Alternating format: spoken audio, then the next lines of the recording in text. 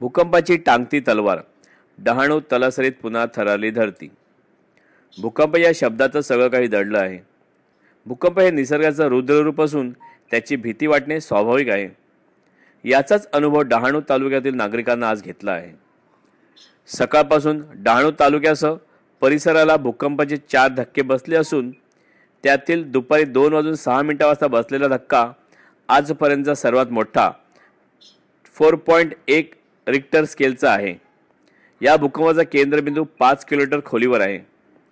पहिला धक्का सकाळी 6:58 वाजता 3.3 रिक्टर स्केल तीव्रतेचा बसला होता. दुसरा धक्का सकाळी 10:03 वाजता 3.5 रिक्टर स्केलचा तुलनेने अधिक होता. तिसरा धक्का लगेच सकाळी 10:29 वाजता 3 रिक्टर स्केलचा होता व त्यानंतर दुपारी 2:06 वाजता चौथा धक्का बसला. या सर्व भूकंपाचे केंद्रबिंदू अक्षरशः 20.0 नॉर्थ व रेखांश 72.9 ईस्ट असाच होता. या आधीचा भूकंपाचे केंद्रबिंदू येथेच होते. यातील पहिला भूकंप 10 किलोमीटर खोलीवर झाला तर दुसरा, तिसरा व चौथा भूकंप 5 किलोमीटर खोलीवर होता. आत्तापर्यंत धक्कांची तीव्रता 1.1 ते 3.6 रिक्टर स्केल इतकी असल्याची नोंद झाली आहे.